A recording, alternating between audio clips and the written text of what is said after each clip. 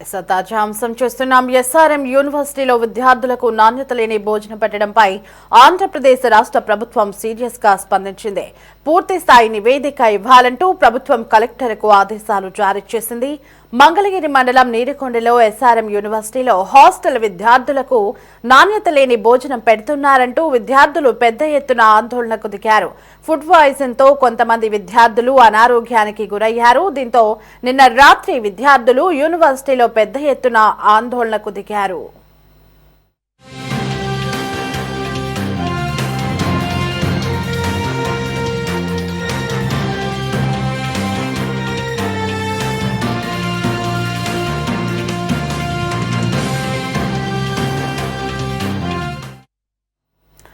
లక్షల రూపాయల ఫీజులు తీసుకుని సరైన భోజనం కూడా పెట్టకపోవడంపై విద్యార్థులు ఆగ్రహం వ్యక్తం చేశారు.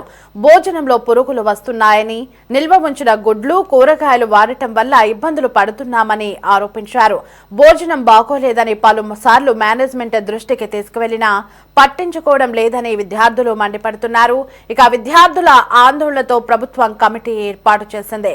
గుంటూరు జిల్లా sub collector, RTO, food safety అధికారులతో పాటు మంగళగిరి తహసీల్దార్, డీఎస్పీని కమిటీగా నియమించి నివేదిక ఇవ్వాలని కలెక్టర్ను రాష్ట్ర ప్రభుత్వం ఆదేశించింది.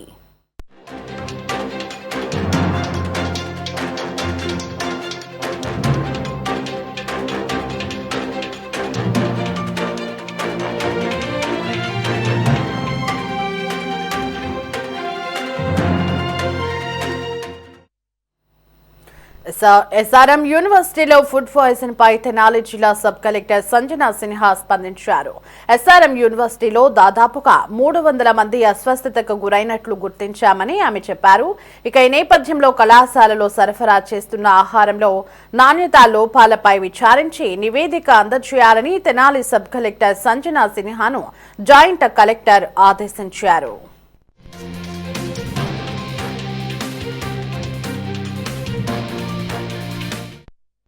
ఉన్నాయి అనే న్యూస్లో రావడంతో ఈరోజు మన గౌరవ జిల్లా కలెక్టర్ గారు ఒక 6గురితో ఒక కమిటీని కాన్స్టిట్యూట్ చేశారండి. దాంట్లో మనకి sub collector Tenali, RJD education, DSO, తర్వాత ఫుడ్ ఇన్స్పెక్టర్, తర్వాత మనకి డిఎస్పీ గారు, ఇట్లా 6గురిని మళ్ళీ అసలు ఏంటి ఈ ఎస్ఆర్ఎంలో కాలేజ్లో పిల్లల పరిస్థితి ఏంటి, ఎంత విషమంగా ఉంది, లేకపోతే చాలా ఎక్కువగా ఎగ్జాజరేట్ చేసిన ఫిగర్స్ ఇవి, నిజాలేంటి, కంటామినేషన్ ఏదన్నా ఉంటే దానికి సోర్స్ ఏంటి, దాన్ని ఎలా ఎలిమినేట్ చేయాలి, ఫస్ట్ దాన్ని ఐడెంటిఫై చేయండి, దాన్ని కంటైన్ చేయండి అని చెప్పి ఒక కమిటీని వేయడం జరిగింది.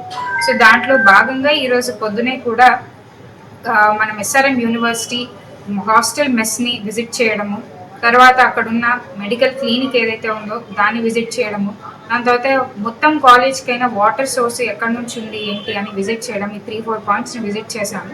సో అక్కడ నుంచి కూడా ప్రతి సెంటర్ నుంచి ఫుడ్ శాంపిల్స్ కానీ వాటర్ శాంపిల్స్ కానీ తీసుకోవడం జరిగింది.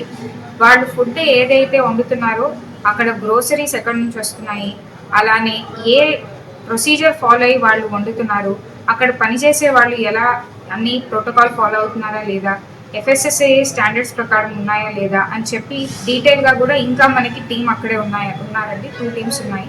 సో వాళ్ళని పెట్టి ఆ ఇన్వెస్టిగేషన్, ఆ ఎంక్వైరీ ఆన్గోయింగ్గా ఉంది. అలానే మెడికల్ క్లినిక్ వాళ్ళకి ఏదైతే ఉందో దాంట్లో లాస్ట్ 1 వీక్ ఎంతమంది స్టూడెంట్స్ వచ్చారు, ఏ సిమ్టమ్స్తో వచ్చారు, వచ్చిన టోటల్ పీపుల్లో ఎంతమంది స్టమక్ పెయిన్, వామిటింగ్, డైరియా సిమ్టమ్స్లో వచ్చారు, అలాంటి డీటెయిల్స్ కూడా కొంచెం తీసుకోవడం జరిగింది. దాంతోపాటు వాటర్ అనేది అసలు ఎస్ఆర్ఎం యూనివర్సిటీకి ఎలా వస్తుంది, అది సిఆర్డిఏ నుంచి మరియు బయట పుడగల నుంచి వాళ్ళు తీసుకున్నారు.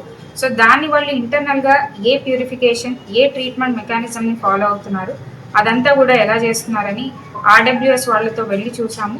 ఆ శాంపిల్స్ కూడా తీసుకున్నాము. వేరియస్ పాయింట్స్, ఇన్లెట్స్లో శాంపిల్స్, అలానే అవుట్లెట్ శాంపిల్స్ కూడా తీసుకున్నాము. సో ఏదైతే మనం వాటర్ని వాష్రూమ్స్లో వాడతామో, ఏదైతే వాటర్ని వీళ్ళు తాగడానికి వాడుతున్నారో, ఏదైతే వాటర్ని ఫుడ్ వండడానికి వాడుతున్నారో అన్ని శాంపిల్స్ కూడా తీసుకున్నాము. సో వాటన్నిటిని కూడా ఇప్పుడు టెస్ట్ చేసి మనం రిజల్ట్స్ని అవైట్ చేస్తున్నాము. దాన్ని బట్టి ఎంత మాత్రం అక్కడ మనకి ప్రాబ్లం ఉంది అనేది మనము నిజంగా నిర్ధారించవచ్చు. దాని ప్రకారం మనం కరెక్టివ్ యాక్షన్స్ మెజర్స్ ని తీసుకోవడానికి చూస్తామండి. మీరేమన్నా గుర్తించారు? మేము వెళ్ళినప్పుడు వాళ్ళు మాకు ఏం చెప్పారంటే, ప్రైమరీగా ఎప్పుడన్నా ఇలాంటి ఫుడ్ రిలేటెడ్ సమస్య వస్తే నాన్ వెజిటేరియన్ ఐటమ్స్ లో ఉంటాయి కాబట్టి లాస్ట్ 2-3 days గా చికెన్, ఎగ్ అనేది వాళ్ళు తెప్పించడం ఆపేశారు.